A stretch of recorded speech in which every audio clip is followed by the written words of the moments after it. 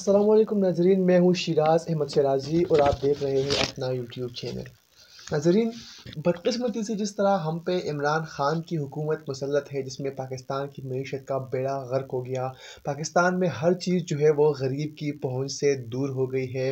हर तबका जो है वो पस्ती और ज़वाल का शिकार है। सेम इसी तरह हमारे पड़ोस मुल्क भारत में भी इमरान ख़ान की तरह सोच रखने वाला नरेंद्र मोदी जो है वो मुसल्लत हो गया है। वहाँ पर भी किसान जो है वो अपने हक़ के लिए एहतजाजी मुज़ाहरे पर है और हमारे ज़राए के मुताबिक अब तक जो है तकरीबन 20 किसान जो है वो मौत के मुँह में चले गए हैं इस एहतजाजी मुजाहरे के दौरान, क्योंकि वहाँ पर सुनने में ये आ रहा है कि सर्दी बहुत ज़्यादा है। वो सर्दी के बायस जो है किसान जो है वो मर रहे हैं। वो एहतजाजी मुजाहरे पर है, लेकिन जो मोदी सरकार है वो टस से मस्त नहीं हो रही और वहाँ पर भी किसानों पर जो है मज़ालम के पहाड़ खड़े कर दिए जा रहे हैं। वहाँ पर किसानों के साथ ज़्यादती और जुल्म जो है वो हो रहा है।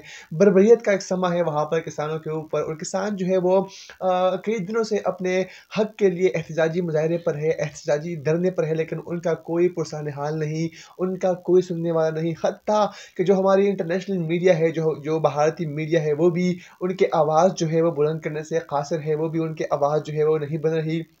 इस वक़्त मेरे साथ मौजूद है नौजवान सहाफ़ी है और बैनुल-अक़वामी जितने भी इश्यूज़ हैं, उन पर एक गहरी नज़र रखते हैं। अनस इदरीस साहब मेरे साथ मौजूद हैं, उनसे मज़ीद जानेंगे। अनस, सबसे पहले बहुत-बहुत शुक्रिया, आपने इतना कीमती वक़्त से हमारे लिए वक़्त निकाला, हमारे व्यूअर्स के लिए वक़्त निकाला। मुझे ये बताइए कि बेसिकली जो प्रोटेस्ट हो रहा है इंडिया में, भारत में, ये प्रोटेस्ट है क्या और जो वहाँ के किसान हैं, वो क्या चाहते हैं?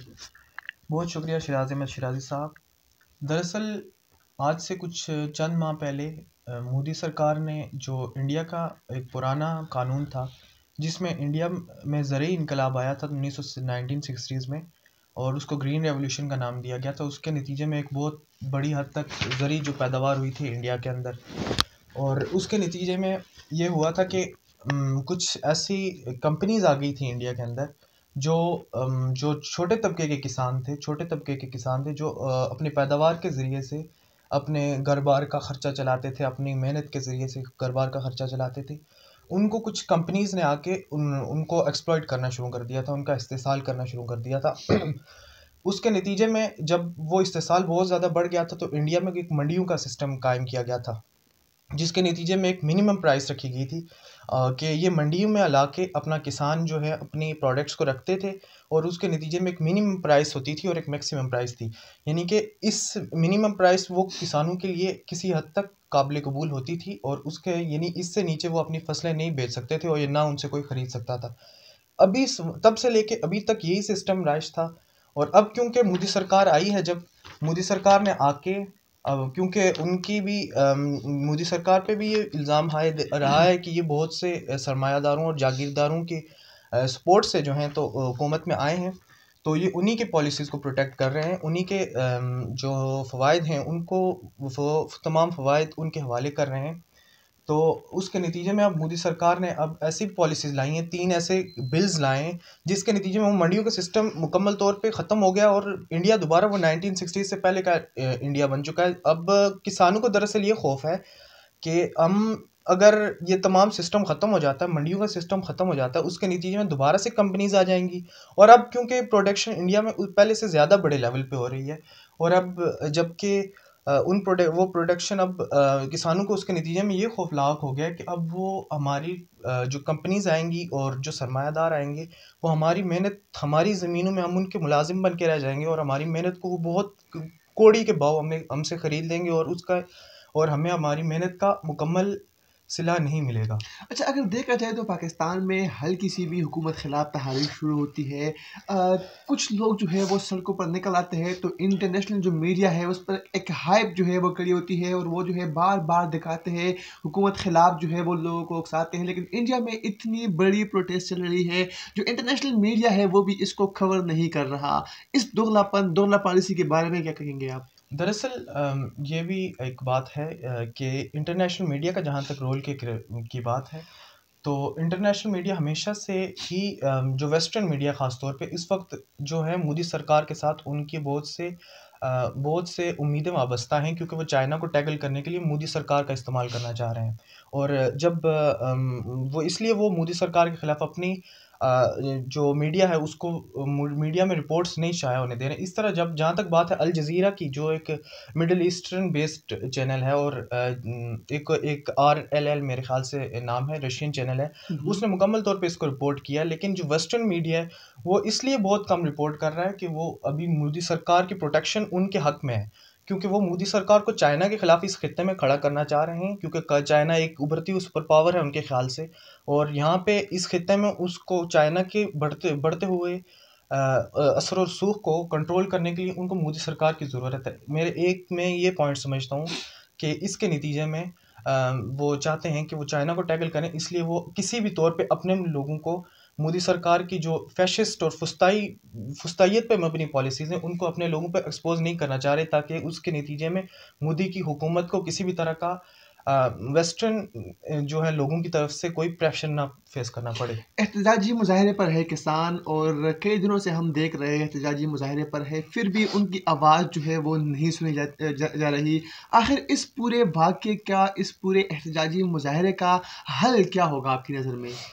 मेरे ख़्याल से जो सबसे पहले किसान निकले थे पंजाब, हरियाणा और इन स्टेट्स के किसान थे जो निकले थे। तो तकरीबन 25 लाख के हवाले से एक फ़िगर ये था कि 25 लाख से ज़्यादा किसान जो हैं अपने हक़ के लिए निकले हैं, और वो इन स्टेट से काफ़ी दूर हैं, कई हज़ार किलोमीटर के फ़ासले पे यहाँ से पैदल मार्च करके लोग दिल्ली तक, जो इंडिया का दारुल ख़िलाफ़ा है, वहाँ तक पहुँचे।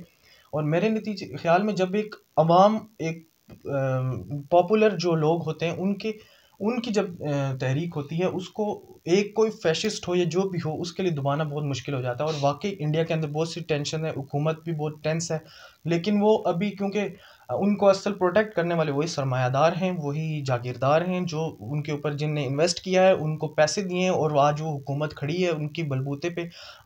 मैं चंद नाम गिनना चाहता हूँ। मुकेश अंबानी हैं उनमें, अब इंडियन जो क्रिकेटर हैं, नरेंद्र सिंह जैसे Dhoni, MS Dhoni, MS Dhoni, MS Dhoni, इनके नवजोत हवाले से सिंह सिद्धू भी।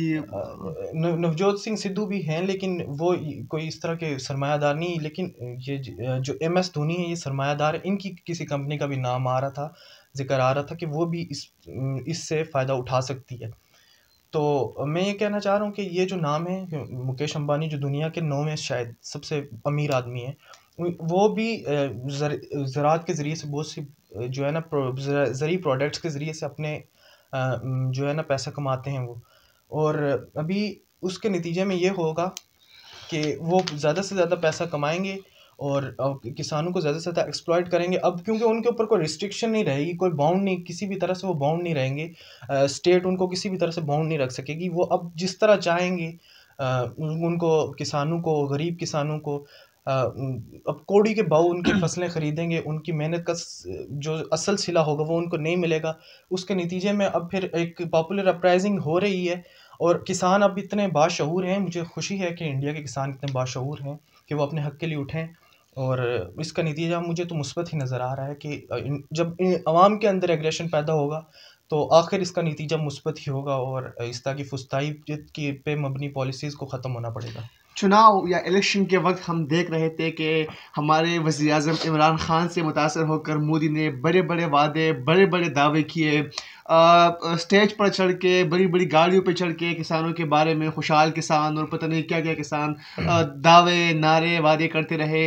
अब जो है वहाँ पर किसानों का ये हाल है। क्या समझते हैं कि तब्दीली सरकार और जो मोदी सरकार है उनमें क्या फ़र्क पाया आपने, या क्या उनमें जो है सिमिलरिटीज़ है? सिमिलैरिटीज़ तो मैंने जो पाई हैं वो यही हैं कि दोनों ने बहुत बुलंद वादे किए हैं अपने अवाम के साथ, और बहुत सी चीज़ों, बहुत सी अवाम को रिलीफ देने के बहुत सी जगहों में वादे किए हैं। इस तरह की कहीं भी उनके इलेक्शन मैनिफेस्टो में कोई ऐसी पॉलिसी नहीं थी कि हम जो है ना, तो एक तो CAA जो सिटीजनशिप अमेंडमेंट बिल एक्ट आया है अभी, जिसके नतीजे में उन्होंने मुसलमानों को इंडिया से निकालने की कोशिश की है, कि जो मुस्लिम जो और पाकिस्तान और अफ़गानिस्तान और बांग्लादेश वगैरह इन ममालिक में भेजने की उन्होंने एक स्ट्रेटजी वो भी बनाई है।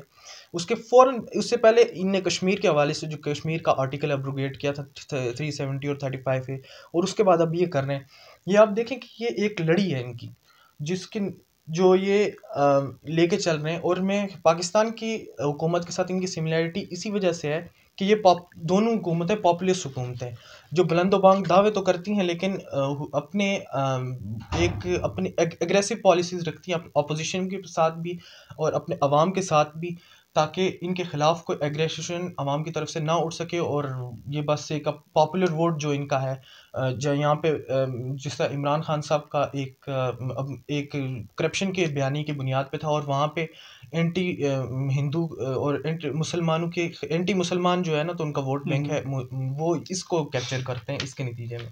बहुत बहुत शुक्रिया अनस आपकी कीमती वक्त का। कि नाजरीन, लम्हे फ़िक्र यह है कि किसानों के लिए, किसानों को खुशहाल बनाने के लिए मोदी सरकार ने चुनाव या इलेक्शन के वक्त जो है बड़े बड़े वादे, बड़े बड़े दावे किए, लेकिन आज हम देख रहे हैं कि हमारे पड़ोस हिंदुस्तान में किसान जो है वो कई दिनों से एहतजाजी मुजाहरे पर है। एक अंदाजे के मुताबिक तकरीबन 25 लाख जो किसान है वो इस वक्त एहतजाजी मुजाहरे पर है, और तकरीबन 20 किसान जो है वो सर्दी की शिद्दत न बर्दाश्त करते हुए वो मौत के मुंह में चले गए हैं। हम उम्मीद करते हैं कि वो किसान जो है अपने हक के लिए लड़े, और वो किसान जो है जिन जिन मुतालबात को लेकर वो एहतजाजी मुजाहरे पर पहुंचे हैं, एहतजाजी मुजाहरा दे रहे हैं, वो मुतालबात जो है मोदी सरकार सुन ले। क्योंकि हम देख रहे हैं कि मोदी सरकार के कान पर तो जू तक नहीं रेंगती, लेकिन अल्लाह करे कि वो मुतालबात के हल के लिए अपनी जो तमाम तर कुव्वतें हैं वो बरकरार लाए, और जो मुतालबात है वो उनके मान ले।